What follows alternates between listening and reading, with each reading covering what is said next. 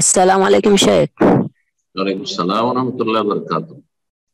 শেখ, আমার প্রশ্নটা হলো, আমার গ্যাসের সমস্যা থাকার কারণে সবসময় বায়ু পাই, আর অজু করার পরেও বায়ু পাই, কিন্তু আমি ওই বায়ু চেপে রেখে সালাত আদায় করি। এই অবস্থায় আমার করণীয় কি? আর এইভাবে বায়ু চেপে রেখে সালাত আদায় করলে কি আমার সালাত হয়ে যাবে? জি, যারা স্থায়ী রোগী, আপনার মসলা হচ্ছে স্থায়ী রোগীর মসলা। মান বিহি মারাদুন দাইম, যার রোগ হচ্ছে স্থায়ী। জি, পেশাব সবসময় ফোঁটা ফোঁটা পড়তে আছে। জি, পেশাব পায়খানার দ্বার দিয়ে ব্লিডিং হইতে আছে, ইস্তেহাজা রক্তক্ষরণ হতে আছে, অথবা বায়ু নির্গত হতে আছে, থামানো যায় না। এই ক্ষেত্রে প্রতি ওয়াক্তের জন্য উজু, ওয়াক্ত শুরু হওয়ার পরে উজু করবেন, সেই উজুতে সেই জোহর পড়বেন।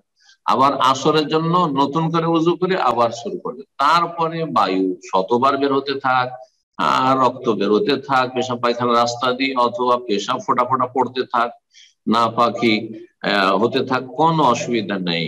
কারণ আপনি মাজুব, আপনার ওজর আল্লাহর কাছে গ্রহণযোগ্য। ফাত্তাকুল্লাহ মাস্তাতাতুম, যথাসাধ্য আল্লাহ আপনার সাথে আছে যে আমি উজু করে সালাত শুরু করব, তারপরে আমি আর উজু রক্ষা করতে পারছি না, ওই অবস্থায় আপনার নামাজ হবে এবং নামাজ ফরজ।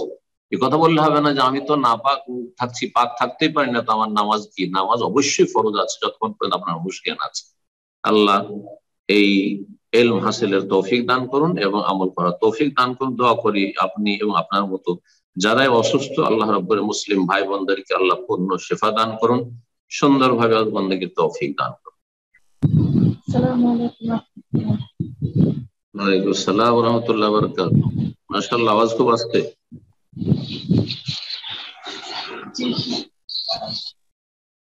প্রশ্ন করলে একটু জোরে আওয়াজ করতে হবে। জি, এখন ঠিক মতো শোনা যাচ্ছে? হ্যাঁ, জি বলেন। শেখ, আমি হচ্ছে আপনার নতুন একজন স্টুডেন্ট বলতে পারেন। আমি খুব বেশি দিন হয়নি দিনের দাওয়াত পেয়েছি, তো আল্লাহ একটু একটু কবুল করে করুন। আমি শেখার চেষ্টা করছি। আল্লাহ ইতিমধ্যে ইলম আমি বৃদ্ধি আপনার করুক, ভালো আমলে তৌফিক দিক।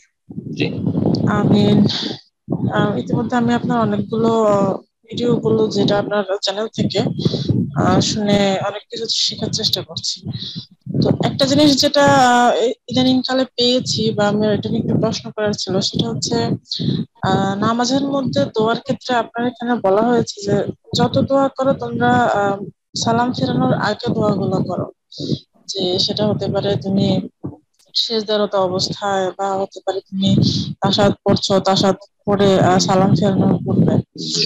তো আমার প্রশ্নটা হচ্ছে যে আমি যখন তাশাহুদটা পড়বো, তাশাহুদ পড়ে আহ দুরূদ পড়ার আগে বা দুরূদ পড়ার পরে, অথবা দোয়া করলাম তার মধ্যখানে দোয়া, দেখা গেল অনেক সময় ধরে দোয়া করলাম, ঠিক তার দরুদ পরবর্তী পড়ার আগে সময় নয়, আমি দরুদ সালাম। পড়ার পরেই দোয়া করবেন।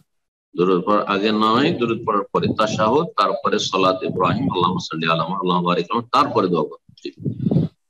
জি। তো আমার এমন কয়েকবার হয়েছে যে আমি দোয়া পড়ে মনের ভুলে দেখা গেল যে আমি উঠে দাঁড়িয়ে গেলাম, কারণ আমি সালাম ফিরাইনি। তো পরক্ষণে যখন আমার মনে হলো যে আমি সালাম ফিরাইনি, তো তখন আবার সাথে সাথেই বসে আবার সালাম ফিরে নিলাম। তো এটা কি আসলে এভাবে আমার নামাজটা ভুল হয়েছে? আমার নামাজটা কি এভাবে পুনরায় পড়তে হবে, নাকি এটা সহি হয়ে যাবে? এই ঠিক বিষয়টা একটু হয়েছে, জানার তবে ছিল। সুন্নত সিজদা করতে হবে। আপনার যেহেতু 2 রাকাত করে সালাত পড়বেন, নিয়ত করেছেন, আর 2 রাকাত করে সালাত সুন্নত নফল সালাত, সালাতুল লাইলি ওয়ান নাহারি মাসনা মাসনা, রাত দিনের সালাত হচ্ছে মাসনা মাসনা, একমাত্র ফরজ ছাড়া, ধরেন জোহর আসর আর এশা মাগরিব 3 ছাড়া বাকি সব দুই দুই করে। তো দুই দুই করে নিয়ত করেছেন, তাশাহুদ পড়লেন, দরুদ ইব্রাহিম পড়লেন, দোয়া করলেন, তারপর আবার উঠে গেছেন, ভুল করে উঠে গেছেন, যদি ভুল করে উঠে গিয়ে থাকেন তাহলে ফিরে চলে আসবেন, ফিরে এসে বসবেন। আর বসার পরে যেহেতু ভুল করে উঠেছেন, সহজ সিজদা দুটো করবেন। হ্যাঁ, আর তারপরে তখন সালাম ফিরবেন, তারপরে সালাম ফিরবেন, অথবা সালাম ফেরার পরে দুটো সহজ সিজদা করবেন। দুটো করা যায়, সালামের আগেও সহজ সিজদা হইতে পারে দুটো, আবার সালামের পরেও হইতে পারে। এখানে সালামের পরে করলে ভালো, যেহেতু উঠে গেছেন সেটা অতিরিক্ত বাড়তি হয়েছে। আবার সালামের আগে সিজদা না করে সালামের পরে যদি সহজ সিজদা করেন এটা বেশি ভালো। জি।